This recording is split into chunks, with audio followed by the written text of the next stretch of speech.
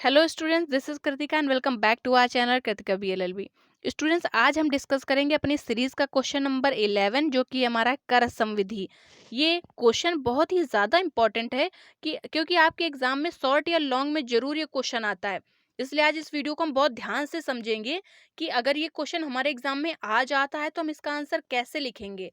बच्चे लिखते तो सभी आंसर हैं, लेकिन हमें सिर्फ पास होने के लिए नंबर नहीं लाने हैं। ठीक है, हमें बहुत अच्छे नंबर लाने हैं। इसके लिए हमें अपनी कॉपी को थोड़ा सा अलग लिखना होगा सबसे, और थोड़ी अच्छी कॉपी लिखनी होगी, उसका आंसर अच्छा लिखना होगा ताकि एग्जामिनर हमें अच्छे नंबर दे। ओके, चलिए देखेंगे आज हम इस वीडियो में कि कैसे हम आंसर लिखें। वीडियो शुरू करने से पहले हम आपको बता दें कि अगर आप एलएलबी बीएलएलबी के स्टूडेंट्स हैं, स्पेशली हिंदी माध्यम के स्टूडेंट, उनके लिए चैनल बहुत ही ज़्यादा हेल्पफुल होने वाला है, क्योंकि हम इंटरप्रिटेशन की तरह ही बाकी सब्जेक्ट्स के भी टॉप 15 क्वेश्चन के वीडियोस बनाएंगे और इनके पीडीएफ हम टेलीग्राम चैनल पे अपने प्रोवाइड कराते रहेंगे। तो आपको भी ऐसे वीडियोस मिल पाएँ, आप भी इनका फ़ायदा उठा पाओ, इसलिए इस चैनल से ज़रूर जुड़ जाइएगा। ओके, तो शुरू करते हैं अपना आज का वीडियो। तो आपकी स्क्रीन में मैंने 3 क्वेश्चन लिख दिए हैं। इन 3 क्वेश्चनों में से ही कोई क्वेश्चन आपके एग्जाम में पूछ सकता है। ओके, जैसे मैं एक बार पढ़ के सुना देती हूँ। फर्स्ट क्वेश्चन जो मैंने लिखा है, कर संविधियों के निर्वचन से आप क्या समझते हैं? निर्णयित वादों की सहायता से व्याख्या कीजिए। या फिर इस तरह से क्वेश्चन आ जाए कि एक करारोपण संविधि का अर्थान्वयन कठोरता से किया जाना चाहिए, विवेचना कीजिए। या फिर इस तरह से आ जाए कि कठोर निर्वचन से आप क्या समझते हैं? करारोपण विधि का निर्वचन कैसे किया जाता है? निर्णयित वादों की सहायता से समझाइए।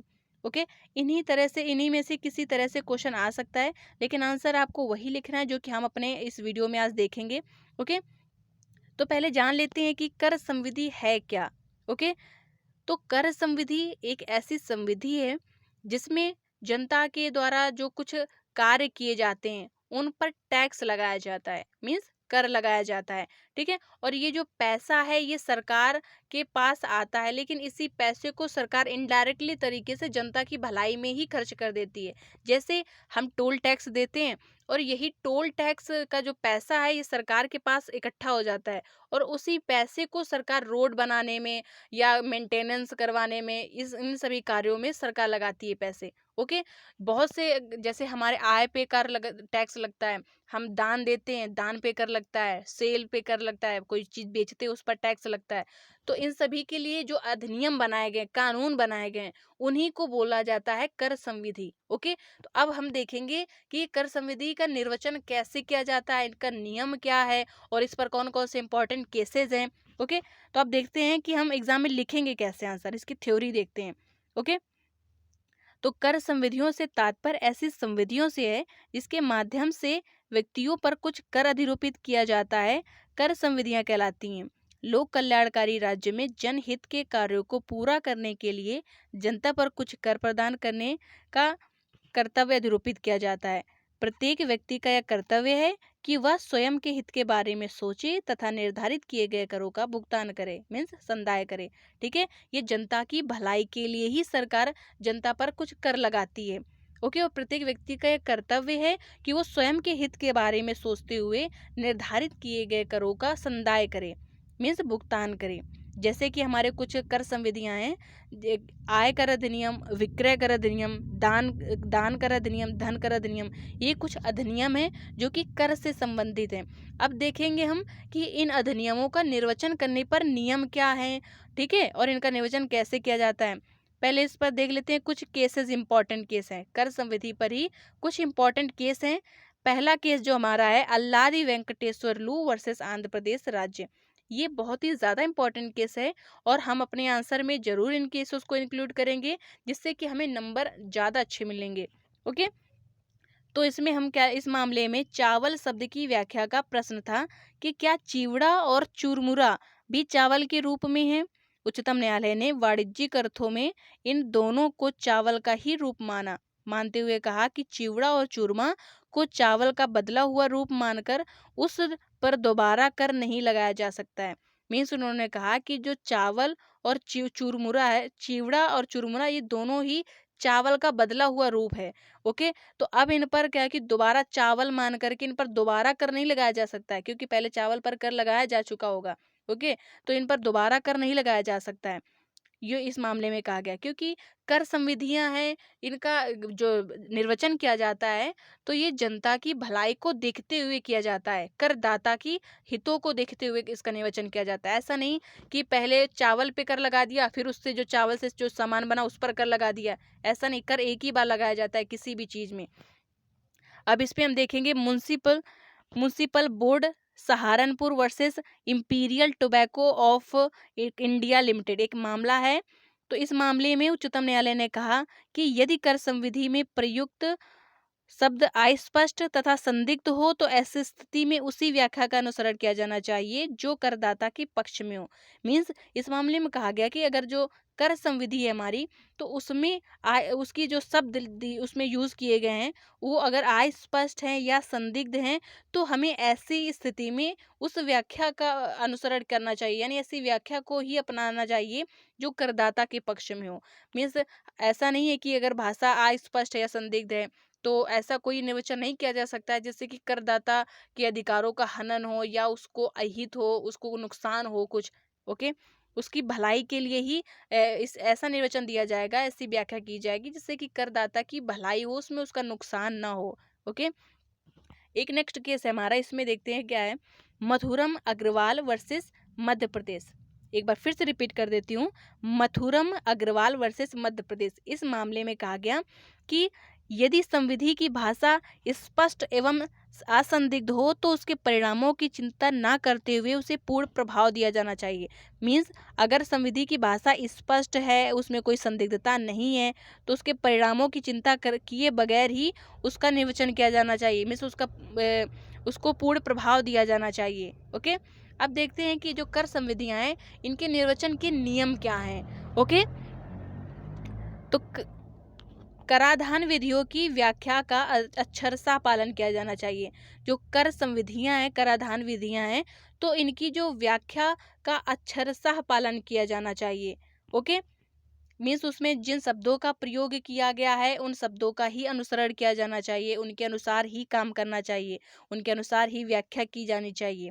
नेक्स्ट पॉइंट है हमारा, नेक्स्ट नियम क्या है, संदेश पद मामलों में व्याख्या लोक हित में करना चाहिए। यानी जब संदेह हो, जब कर संविधि का निर्वचन किया जा रहा हो, तो ऐसे में जब कोई संदेह हो तो व्याख्या लोक हित में होनी चाहिए, यानी उसमें जनता की भलाई हो। ओके, नेक्स्ट है कराधान विधियों का कठोर निर्वचन करना चाहिए। यानी जो कराधान विधियां, जैसे कि दांडिक विधि में हम लोगों ने देखा था कि दांडिक विधि का कठोर निर्वचन किया जा रहा था, यानी उसी को दांडिक विधि में उसी को अपराध माना गया था, उसी कार्य को अपराध माना गया था जो आपराधिक विधि में अपराध की श्रेणी में था। ओके, किसी ऐसे कार्य को अपराध नहीं माना जा सकता जो आपराधिक विधि में अपराध माना ही नहीं गया हो। उसी तरह से कर संविधि में जिस चीज पर कर लगाने के लिए कहा गया है सिर्फ उसी पर कर लगाया जा सकता है, किसी अन्य चीज पर कर नहीं लगाया जा सकता है। इसलिए कहा जा सकता है कि कराधान संविधियों का कठोर निर्वचन किया जाना चाहिए। ओके, यानी जिस पर कर लगाया गया है उसी पर कर लगाया जाना चाहिए।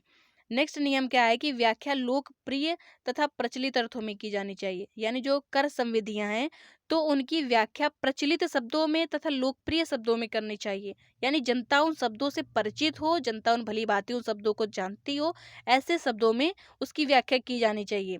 ठीक है, ताकि वो अपने अधिकारों की हितों की रक्षा कर पाए। नेक्स्ट पॉइंट है हमारा, नेक्स्ट नियम क्या है कि व्याख्या इस प्रकार हो कि कर